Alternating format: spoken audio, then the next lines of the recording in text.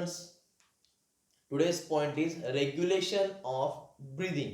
Okay, पहिल्यांदा आपण अर्थ समजून घेऊ की रेग्युलेशन ऑफ ब्रीदिंग म्हणजे काय. Okay, breathing means inspiration and expiration. Air आत घेणे आणि बाहेर सोडणे. Inspiration and expiration means breathing. Okay, हे जे ब्रीदिंग आहे ते रेग्युलेट कसं होतं, म्हणजे आपण नॉर्मल ब्रीदिंग करतो, म्हणजे आपण वाचताना किंवा झोपलेला असताना आपलं ब्रीदिंगकडे लक्ष नसतं, अशा वेळेस सुद्धा नॉर्मल ब्रीदिंग चालू आहे. तर मग हे नॉर्मल ब्रीदिंग रेग्युलेट कोण करतं. ओके, तेच आपल्याला ह्या पॉइंटमध्ये बघायचं आहे की regulation of breathing, who conduct the normal breathing. Okay, ठीक आहे. तर breathing control by two parts, nervous also and chemical. Nervous and chemical ह्या दोन पार्ट किंवा गोष्टींमार्फत ब्रीदिंगचं रेग्युलेट किंवा ब्रीद रेग्युलेट केला जातो, ब्रीदिंगचा टाइम. ओके, ठीक आहे. Now normal breathing have in adult 12 to 14 times per minute. Okay, एका ॲडल्ट ह्युमन मध्ये 12 ते 14 वेळा ब्रीदिंग होतं. ओके, आणि न्यू बॉर्न बेबी मध्ये हेच ब्रीदिंग 44 times per minute, जो 44 प्रत्येक मिनिटाला एवढं ब्रीदिंग होतं. ओके, आता ब्रीदिंग आणि हार्टबीट हे डिफरंट पार्ट्स आहेत. हार्टबीट, हृदयाचे ठोके, means 72 times heartbeat per minute, हे हार्टबीट झाले. पण आपण ब्रीदिंग वेळ करतो, हवा आत घेणे आणि सोडणे, हे जे इन्स्पिरेशन आहे त्याला आपण ब्रीदिंग म्हणतो. ब्रीदिंग काउंट हा वेगळा आहे आणि हार्टबीट काउंट हा वेगळा आहे. लक्षात येते. ॲडल्ट ह्युमन मध्ये 12 ते 16 हार्टबीट प्रत्येक मिनिटाला पडतात आणि न्यू बॉर्न बेबी मध्ये 44 प्रत्येक मिनिटाला ब्रीदिंग होतं. पण हार्टबीट हे एका ह्युमन मध्ये, ॲडल्ट ह्युमन मध्ये 72 times पर मिनिट हे हार्टबीट असतं. ठीक आहे. ओके, नाउ रेस्पिरेशन हे कंट्रोल कोण करतं, तर respiration is controlled by, respiration कोण कंट्रोल करतं, तर पॉन्स अँड मेडुला मध्ये असणारे neurons. Okay, respiration is controlled by neurons present in a pons and medulla, hence called as a respiratory center. आपण त्याला रेस्पिरेटरी सेंटर म्हणतो. आता हे म्हणजेच काय बघा, त्यासाठी आपल्याला समजून घ्यावं लागेल की ब्रेन, ओके, डोकं, हे आपल्या हेडच्या आतमध्ये ब्रेन आहे. Brain is mainly divided into 3 parts. Okay, which 3 parts? forebrain, midbrain and hindbrain. Okay, forebrain frontal part, पुढचा भाग, मिड ब्रेन मधला भाग, हाइंड ब्रेन पाठीमागचा भाग. Okay, brain is divided into 3 main parts. 3 main part मध्ये brain divided झालेला आहे. Forebrain, mid brain and hind brain. Okay, आता आपल्याला जे रेग्युलेशन ऑफ ब्रीदिंग आहे ते हाइंड ब्रेनचा पार्ट आहे. त्याच्यासाठी आपल्याला फोरब्रेन आणि मिड ब्रेन आपण पाहणार नाही, आपण हाइंड ब्रेन पाहणार आहोत. तर hind brain is again have 3 main parts. Hind brain मध्ये सुद्धा 3 मेन पार्ट्स आहेत, which are the pons varolii, त्यानंतर medulla oblongata and cerebellum. Okay, pons varolii, medulla oblongata and cerebellum, these are the 3 main parts. Okay, ही diagram बघूया आपण. Okay, जे आपण सांगितलं ते आपल्याला डायग्राम मध्ये बघायचं. ही डायग्राम आहे ती ब्रेनची डायग्राम आहे. ओके, ब्रेन आहे हा, fore brain, mid brain and hind brain. इथं हाइंड ब्रेन पाठीमाग पॉन्स वॅरोली हा पार्ट आहे. पॉन्स वॅरोलीच्या खाली मेडुलाचा पार्ट आहे. ठीक आहे, पॉन्स वॅरोली आणि मेडुला ऑब्लॉंगेटा, ह्या दोघांच्या पाठीमाग इथं सेरेबेलम असतो. ओके, सेरेबेलमचा पार्ट आहे. ठीक आहे, तर हे ब्रेन स्ट्रक्चर बघतो आपण. ओके, हे जे स्ट्रक्चर आहे हे थोरॅसिक चेंबर आपण आय थिंक थर्ड पॉइंट बघताना थोरॅसिक चेंबर बघितलेला आहे. थोरॅसिक चेंबर छातीचा पिंजरा, हा thoracic cage, thoracic chamber. Inside the thoracic chamber lungs is present. Okay, lungs आहेत, याच्या आतमध्ये लंग्स असतात. मग हा थोरॅसिक चेंबर म्हणजे काय, तर रिब्स म्हणजे बरगड्या. ब्लॅक कलर तुम्ही बघताय ते रिब्स आहेत.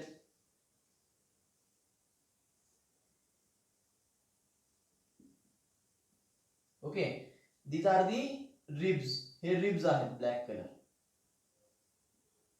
आणि रिबच्या मध्ये इंटरकोस्टल मसल्स आहेत.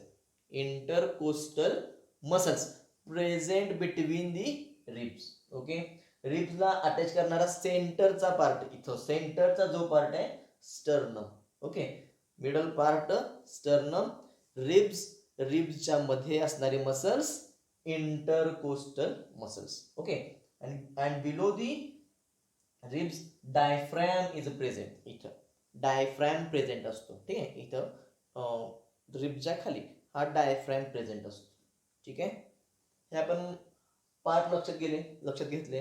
आता ऍक्च्युली प्रोसेस कशी होते हे आपल्याला बघायचं आहे. ओके, आता आपण काय म्हटलं, in the last line we said that the neurons present in a pons and medulla. Neuron present in a pons and medulla which acts as a respiratory center. जे रेस्पिरेटरी सेंटर्स काम करतात, कोण, Pond's and medulla. Okay, तर लक्ष देऊ आपण. How inspiration start. Inspiration आपल्याला air आतमध्ये घ्यायचे, हवा आतमध्ये घ्यायची आहे.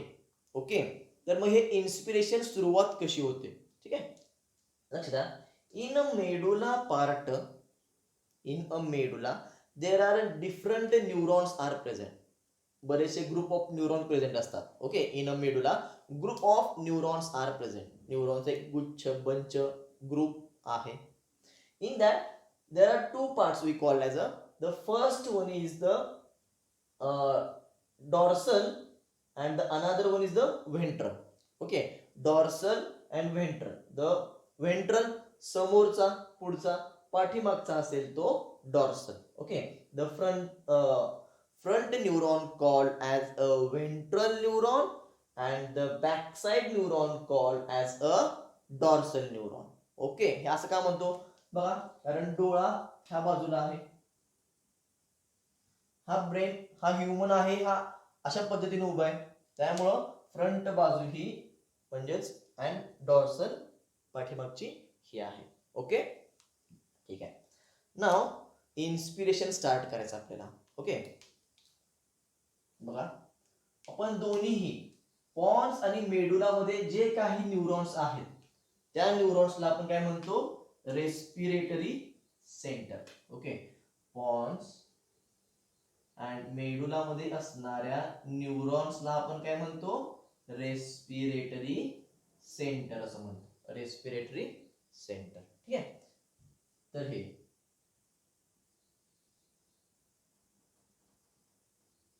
ह्या दोघांना आपण रेस्पिरेटरी सेंटर म्हणणार.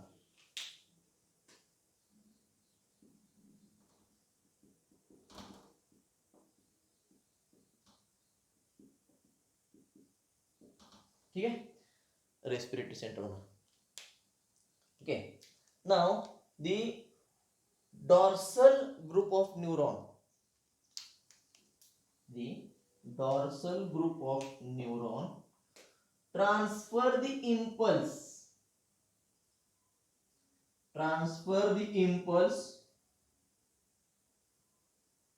towards intercostal muscles. ओके, आता मेडुलामध्ये काही न्यूरॉन्स आहेत आपण म्हटलं. मग न्यूरॉन म्हणजे काय, तर न्यूरॉन म्हणजे nerve cells, longest cell in our body.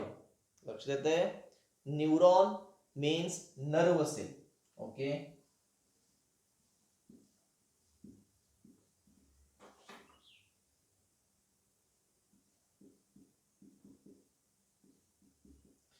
Neuron हा एक नर्व सेल आहे. ह्या नर्व सेल म्हणजेच longest cell in our body. हे करतात काय, तर हे मेसेज ट्रान्सफर करण्याचं काम करतात.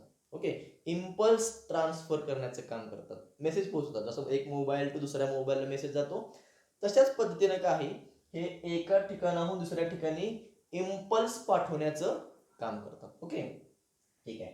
मग मेडुलामध्ये असणारे न्यूरॉन्स, जो डॉर्सल न्यूरॉन आहे तिथून कॉन्ट्रॅक्शनचा इम्पल्स ट्रान्सफर झाला.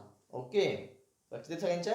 The impulse transferred from dorsal neuron of medulla towards कुठे, इंटरकोस्टल मसल. आणि तोच इम्पल्स कुठे गेला, आणखी डायफ्रॅम कडे गेला. बघा हा पार्ट कोणता आहे, डायफ्रॅम. मग इथे गेल्यानंतर they are going to be contraction. Impulse कशात गेलाय, कॉन्ट्रॅक्शनचा, त्यामुळे हे कॉन्ट्रॅक्ट होतील.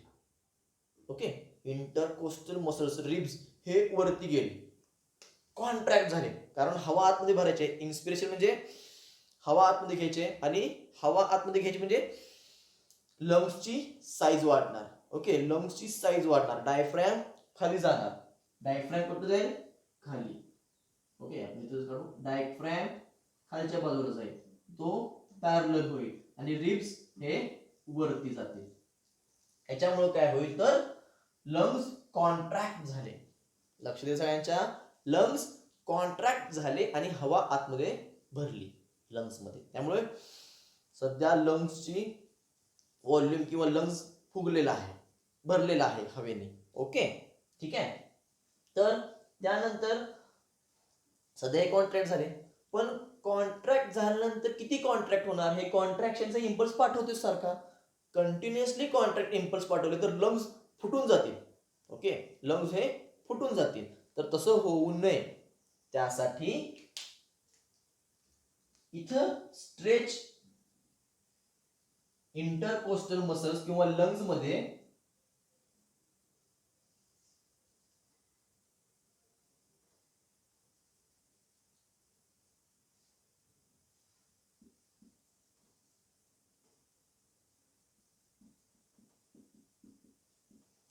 स्ट्रेच रिसेप्टर असतात. काय असतात, स्ट्रेच रिसेप्टर. कुठं, लंग्स मध्ये स्ट्रेच रिसेप्टर आहेत.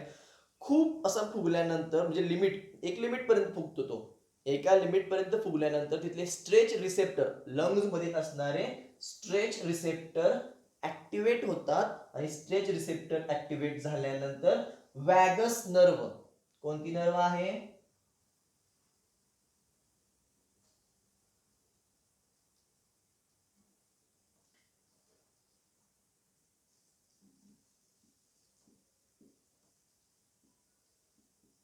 Vagus nerve. वॅगस नर्व मार्फत त्यांना इम्पल्स पाठवला जातो की आता कॉन्ट्रॅक्शन थांबवा, stop the contraction. Contraction stop करायला सांगितलं की ते फक्त कॉन्ट्रॅक्शन स्टॉप करतात, रिलॅक्सेशनचा मेसेज ट्रान्सफर करत नाही. म्हणजे फक्त मेडुलामध्ये असणारे न्यूरॉन कॉन्ट्रॅक्शनचा मेसेज ट्रान्सफर करतात, रिलॅक्सेशनचा मेसेज ट्रान्सफर करत नाहीत. इथले स्ट्रेच रिसेप्टर म्हणजे खूप फुगल्यानंतर ते एक अशी लिमिट येईल की त्याच्या पुढे फुगू शकत नाही. फॉर एक्झाम्पल, फुगा म्हणजे बलून. बलून मध्ये आपण हवा भरतो, बलून मध्ये हवा भरत असताना एक लिमिट अशी येते की तो फुगा, आता थोडी हवा भरली तरी फुगा फुटून जाईल. ओके, तो बलून फुटून जाईल, अशी अवस्था होते. तसंच लंग्स मध्ये होतं की हवा भरते पण एक लिमिट येते की त्याच्या पुढे हवा भरली जाऊ शकत नाही. म्हणून स्ट्रेच रिसेप्टर ऍक्टिव्हेट होतात. स्ट्रेच रिसेप्टर वॅगस नर्व मार्फत मेडुला पर्यंत कॉन्ट्रॅक्शन स्टॉप करण्याचे मेसेज पाठवतात आणि कॉन्ट्रॅक्शन स्टॉप होतं. ठीक आहे, ठीक आहे. मग ते वॅगस नर्व पर्यंत मेसेज जातात कॉन्ट्रॅक्शन मार्फत. मग कॉन्ट्रॅक्शन थांबतं आणि हळूहळू लंग्स रिलॅक्स होतात आणि एक्सपिरेशन होतं. रिलॅक्स झाले, आपण हवा बाहेर सोडून देतो. ओके, कार्बन डायऑक्साईड एअर जे आहे ते आपण शरीराच्या नाकावाटे, रेस्पिरेटरी सिस्टीम वाटे बाहेर सोडून देतो. ठीक आहे. मग हे नॉर्मल झाले, रिलॅक्स झाले, डायफ्रॅम परत आहे असं झाला, रिब्स जाग्यावरती आले. सध्या फुगले होते, रिब्स जाग्यावरती आले. अशा वेळेस स्ट्रेच रिसेप्टर डिॲक्टिव्हेट झाले. ओके, स्ट्रेच रिसेप्टर डिॲक्टिव्हेट झाले आणि स्ट्रेच रिसेप्टर डिॲक्टिव्हेट झाल्यानंतर अगेन मेडुला कॉन्ट्रॅक्शनचा मेसेज पाठवतो. मेडुला कॉन्ट्रॅक्शनचा मेसेज बघा, ग्रीन लाईन कॉन्ट्रॅक्शनचा मेसेज इंटरकोस्टल मसलला आणि डायफ्रॅमला पाठवतो, ज्याच्यामुळे परत इन्स्पिरेशन चालू होईल. Okay, it is called as a Breuer reflex. Okay, हा जो रिफ्लेक्स आहे म्हणजे हा ब्रिवर्स रिफ्लेक्स आहे. ठीक आहे, तुम्हाला ही एक मेथड कळाली. ठीक आहे, दुसरी एक मेथड काय आहे की हे न्यूरॉन्स मध्ये आणखी बघतोय आपण की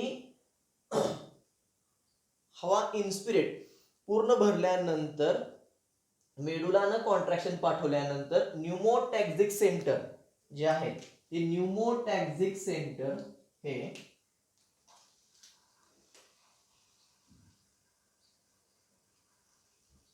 ओके, सगळ्यांच्या लक्षात आलंय की कॉन्ट्रॅक्शन होतात. ओके, मग काय होतं तर स्ट्रेच रिसेप्टर पूर्णपणे म्हणजे काय म्हटलं आपण की लंग्स मध्ये पूर्णपणे हवा भरलेली आहे. ओके, लंग्स मध्ये पूर्णपणे हवा भरल्यानंतर काही लिमिट पर्यंत तो हवा भरू शकतो. ओके, फॉर एक्झाम्पल बलून म्हणजे फुग्यामध्ये आपण भरपूर प्रमाणात हवा भरतो, पण काही काळानंतर फुगा फुटेल अशी स्थिती येते, त्यानंतर आपण त्याच्यामध्ये हवा भरू शकत नाही. अशी वेळ लंग्स मध्ये पूर्ण एअर भरल्यानंतर लंग्स पूर्णपणे सध्या कॉन्ट्रॅक्ट झालेले आहेत, तिथं स्ट्रेच झालेत. अशा वेळेस लंग्स मधले स्ट्रेच रिसेप्टर ऍक्टिव्हेट होतात. हे stretch receptor vagus nerve, okay, vagus nerve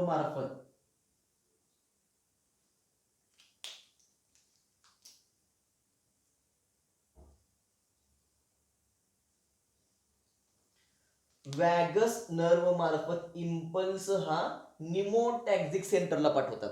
okay, न्यूमोटॅक्सिक सेंटरला. मग न्यूमोटॅक्सिक सेंटर काय करतो तर न्यूमोटॅक्सिक सेंटर हा कॉन्ट्रॅक्शन थांबवायला सांगतो. कोणाला तर मेडुलामध्ये असणाऱ्या इन्स्पिरेटरी सेंटरला. मेडुलामध्ये असणारे जे न्यूरॉन्स आहेत त्या न्यूरॉनला सांगतो की कॉन्ट्रॅक्शन थांबवा. मग हे फक्त कॉन्ट्रॅक्शन थांबवतात. लक्षात येते, हे कोणतेही रिलॅक्सेशन करण्यासाठी मेसेज पाठवत नाहीत. ज्यावेळेस लंग्स पूर्णपणे फुगलेला आहे त्यावेळेस स्ट्रेच रिसेप्टर हे वॅगस नर्व मार्फत न्यूमोटॅक्सिक सेंटर कडे मेसेज पाठवतात की कॉन्ट्रॅक्शन थांबवा, आता हवा पूर्ण भरलेली आहे, आता एक्सपायरेशन करायचं आहे. Now we are going to expiration. Then the pneumotaxic centre send impulse to neuron present in a medulla की stop contraction. मग कॉन्ट्रॅक्शन स्टॉप होईल आणि लंग्स हळूहळू रिलॅक्स होईल. रिलॅक्स झालं म्हणजे एक्सपायरेशन, हळूहळू आपण एक्सपायरेशन केलेलं आहे. ओके, लक्ष देते. मग न्यूमोटॅक्सिक सेंटर काय करतो तर न्यूमोटॅक्सिक सेंटर हा एक्सपायरेशन साठी मदत करतो. म्हणजे ऑक्सिजन आता घेतलंय, हवा आता घेतली, आता सोडायला तर पाहिजे, त्यासाठी न्यूमोटॅक्सिक सेंटर सांगतो बास, कॉन्ट्रॅक्शन खूप झालं, आता याच्या पुढे कॉन्ट्रॅक्ट होऊ नका, रिलॅक्स करायचंय. त्यासाठी न्यूमोटॅक्सिक सेंटर हा मेडुलामध्ये असणाऱ्या डॉर्सल न्यूरॉनला मेसेज पाठवतो. डॉर्सल किंवा व्हेंट्रल दोन्ही न्यूरॉनला मेसेज पाठवतो आणि ते मग कॉन्ट्रॅक्शन थांबवतात.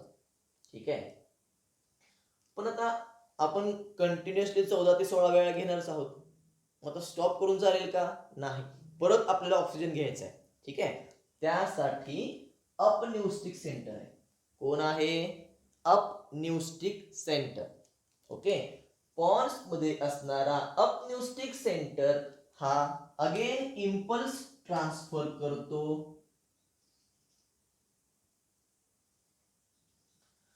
To neurons.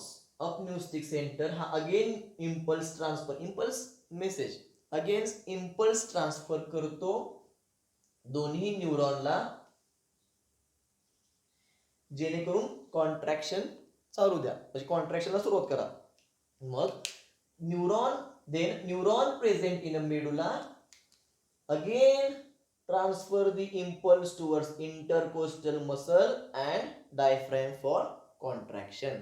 लक्ष दे तुमच्या की अशा पद्धतीनं कॉन्ट्रॅक्शन रिलॅक्सेशन, कॉन्ट्रॅक्शन रिलॅक्सेशन. म्हणजे इन्स्पिरेशन एक्सपायरेशन, इन्स्पिरेशन एक्सपायरेशन हे कंटिन्युअसली प्रोसेस चालू राहील. कळतंय? मग आता इन्स्पिरेशनचा टाइम हा 2 सेकंद आहे. Okay, inspiration time is 2 second and expiration time is 3 second. एक्सपायरेशनचा टाइम हा 3 सेकंद आहे, पण इन्स्पिरेशनचा टाइम हा 2 सेकंद आहे. ओके, इथपर्यंत सगळ्यांना लक्षात आलंय? ठीक आहे. नाव हे झालं न्यूरॉन, नर्वस म्हणजे respiration control by nervous and chemical, 2 वेजनी होता आपण म्हणलं. फर्स्ट झाला नर्वस. ओके, आता आपण केमिकल बघणार आहोत, केमिकल वे मार्फत. ओके, तोपर्यंत सगळ्यांनी इथं स्क्रीनशॉट काढून घ्या आणि जे काही रायटिंग असेल ते लिहून घ्या. स्क्रीनशॉट करा किंवा व्हिडिओ पॉज करून लिहून काढा. याच्या पुढे आपण केमिकल वेनी कशा पद्धतीनं ब्रीदिंग रेग्युलेट होतं किंवा ब्रीदिंग कंट्रोल होतं हे आपल्याला केमिकल वेनी बघायचं आहे. ओके, सगळ्यांनी स्क्रीनशॉट काढून घ्या.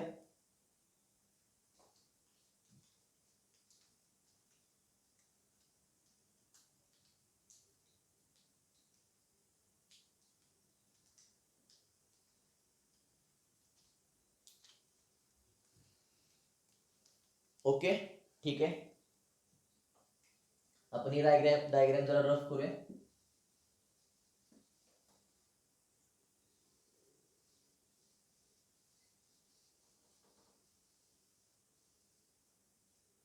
ओके, आता लक्ष द्या, केमिकल वेने काय होतं. आता आपण जर काय म्हणतो की केमिकल वेजनी कशा पद्धतीने होतं. ओके, आता लक्ष द्या, केमिकल वेजनी कशा मार्फत होणार आहे. ऑलरेडी आपण इन्स्पिरेशन केलेलं नाही. समजा आपण श्वास धरून ठेवलाय, आपण श्वास घेत नाही. आपण सध्या पाण्यामध्ये असो, पाण्यामध्ये आपण ज्या वेळेस स्विमिंग पूलमध्ये खाली पाण्यात जातो त्यावेळेस आपण श्वास रोखून धरतो. अशा वेळेस आपल्या श्वास रोखून धरल्यामुळे आपण ऑक्सिजन घेत नाही, पण त्यामुळे शरीरामध्ये कार्बन डायऑक्साईडचं प्रमाण वाढत जातं. ओके, रक्तामध्ये ब्लडमध्ये कार्बन डायऑक्साईड इन्क्रीज होत जातो आणि कार्बन डायऑक्साईड इन्क्रीज झाला की तो पाण्याबरोबर मिसळतो. ब्लडमध्ये वॉटर आहे तर त्या वॉटर बरोबर कार्बन डायऑक्साईड मिसळतो. Okay,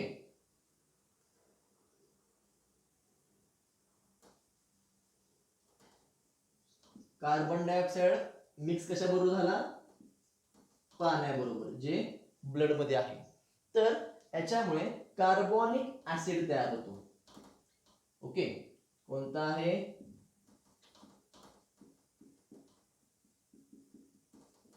carbonic acid. पण ह्या कार्बोनिक ऍसिड डिसोसिएट होतो, differentiate between 2 different ions H plus and HCO3 minus. Okay, carbonic acid हा डिसोसिएट होतो H प्लस आणि HCO3 मायनस मध्ये, हायड्रोजन आयन मध्ये आणि HCO3 म्हणजे bicarbonate.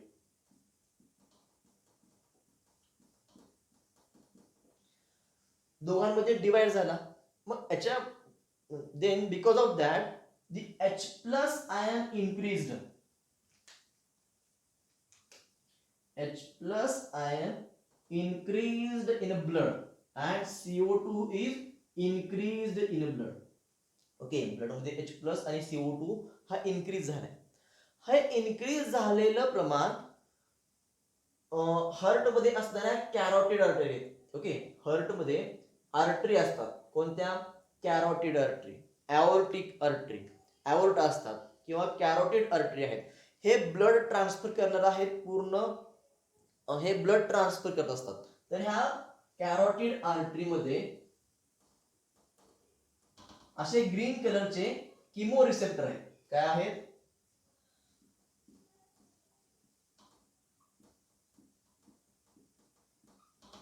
Keemo receptor. These are the green coloured chemo receptor आहेत.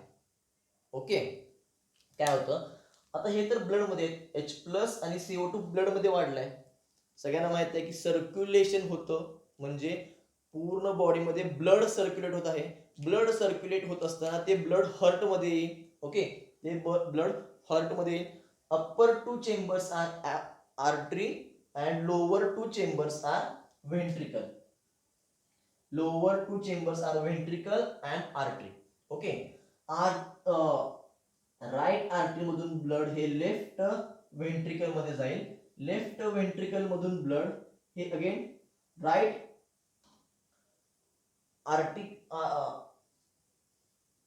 aorta मध्ये जाईल and right left aorta to left ventricle.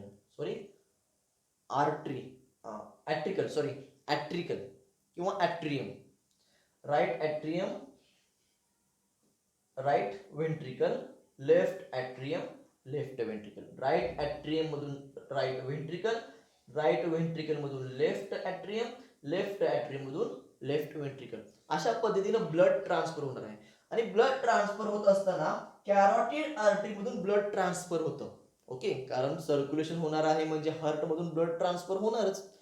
तर कॅरोटिड आर्टरी मध्ये किमो रिसेप्टर आहेत. मग इथून ब्लड ट्रान्सफर होत असताना किमो रिसेप्टर ऍक्टिव्हेट होतात, कारण ब्लड हे त्यांना टच करून जाणार आहे.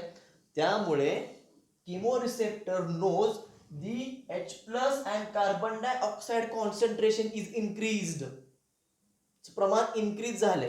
Now these chemoreceptors transfer the impulse towards the inspiratory center.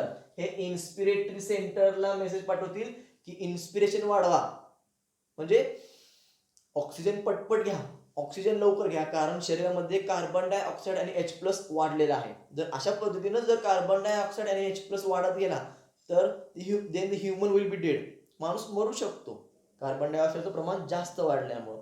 त्यासाठी इन्स्पिरेशन करणं गरजेचं आहे. त्यामुळे इन्स्पिरेशन सुरू केलं जातं. कधी? ज्या वेळेस शरीरामध्ये कार्बन डायऑक्साईडचं प्रमाण कमी आहे, हे किमो रिसेप्टरला जाणवल्यानंतर हे अशा पद्धतीनं ऍक्टिव्हेट होतं. ओके, किमो रिसेप्टर्स हे सुद्धा दोन प्रकारचे असतात.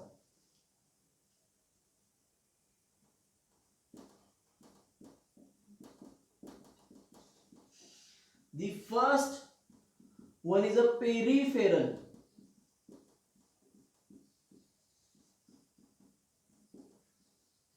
and the second one is the central. Okay, chemoreceptor are two different chemoreceptors present in a body. The first one is the peripheral chemoreceptor and the second one is the central chemoreceptor. Okay, done. जे आपण आता हार्टचे carotid artery मध्ये किमोरिसेप्टर पाहिले ते peripheral किमोरिसेप्टर आहेत. मग central किमोरिसेप्टर कुठे आहेत? तर central chemoreceptors present in a pons. Okay,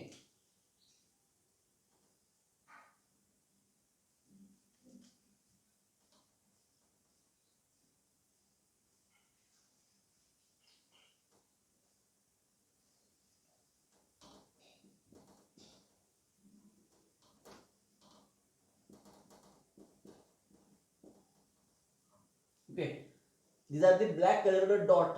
Black colored dot means central chemoreceptor, जे कुठे आहेत? पॉन्स मध्ये आहेत. मग central किमोरिसेप्टर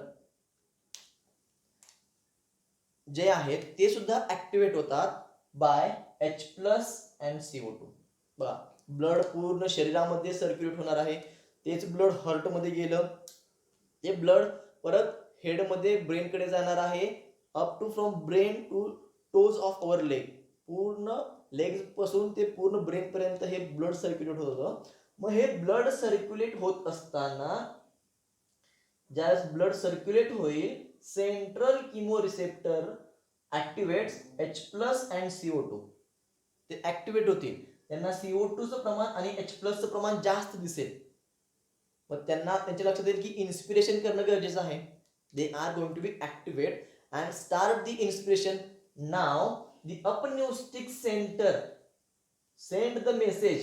Upneuristic center send the message to neurons of medulla for contraction. Contraction सुरुवात करण्यासाठी मेसेज पाठवतील, म्हणजेच इन्स्पिरेशन सुरू होईल. सगळ्यांच्या लक्षात येते.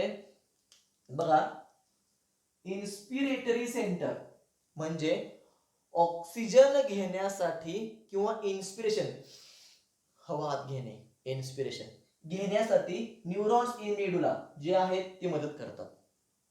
Expiratory centre, pneumotaxic centre. Pneumotaxic centre जो आहे तो इन्स्पिरेशन थांबवून म्हणजे श्वास घ्यायचा थांबवा आणि श्वास सोडा हे सांगण्यासाठी न्यूमोटॅक्सिक सेंटर आहे. तर अपन्यूस्टिक सेंटर हा रिस्टार्ट सेंटर आहे जो परत कॉन्ट्रॅक्शन करायला मदत करतो. ठीक आहे. हे अशा पद्धतीनं इन्स्पिरेशन अँड एक्सपिरेशन होतं. ठीक आहे. सगळ्याच्या लक्षात आलेलं असावं व्यवस्थितपणे. आता आणखी एक मेथड आहे, आणखी एक वे आहे म्हणजे आपण काय बघतो, आपण ज्यावेळेस पळत असतो, रनिंग करतो, खूप फास्ट पळतो, रनिंग करतो, त्यावेळेस आपल्याला श्वास कसा घेतो आपण,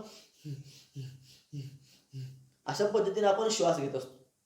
किंवा आपण एक्सरसाइज करताना किंवा आपण वॉर्मअप करत असताना आपल्याला धाप लागते, म्हणजे आपला जी ब्रीदिंग लेवल आहे ती ब्रीदिंग लेवल कमी जास्त होते. आपण फास्ट ब्रीदिंग करतो. Why? Because the muscles present in our body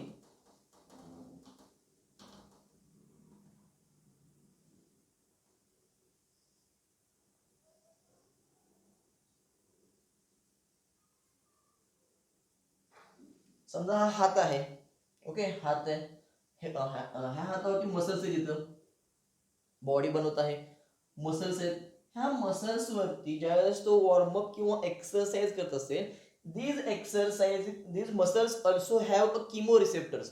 ह्या मसलमध्ये सुद्धा किमो रिसेप्टर असतो, ज्याच्यामध्ये लक्षात येतं की कार्बन डायऑक्साईडचं प्रमाण जास्त वाढलंय. तर कार्बन डायऑक्साईड आणि H+ आयनचं कॉन्सन्ट्रेशन जर वाढला असेल आणि इथल्या किमो रिसेप्टरच्या लक्षात आलं तर they also send the message to neurons. तर ते सुद्धा मेसेज ट्रान्सफर करतात न्यूरॉनकडे आणि अशा पद्धतीनं इन्स्पिरेशन फास्ट होतं, ब्रीदिंग फास्ट होतं. आणि ब्रीदिंग फास्ट झालं की ओके. असं कशामुळे होतं? बिकॉज ब्लड मध्ये कार्बन डायऑक्साईड आणि H+ आयन जास्त झाले की किमो रिसेप्टर ऍक्टिव्हेट होतात. लक्ष द्या, ब्लड मध्ये कार्बन डायऑक्साईड कॉन्सन्ट्रेशन आणि H+ आयन जर जास्त झाले तर ते then medulla sent contraction impulses fast and oxygen level increased in a blood.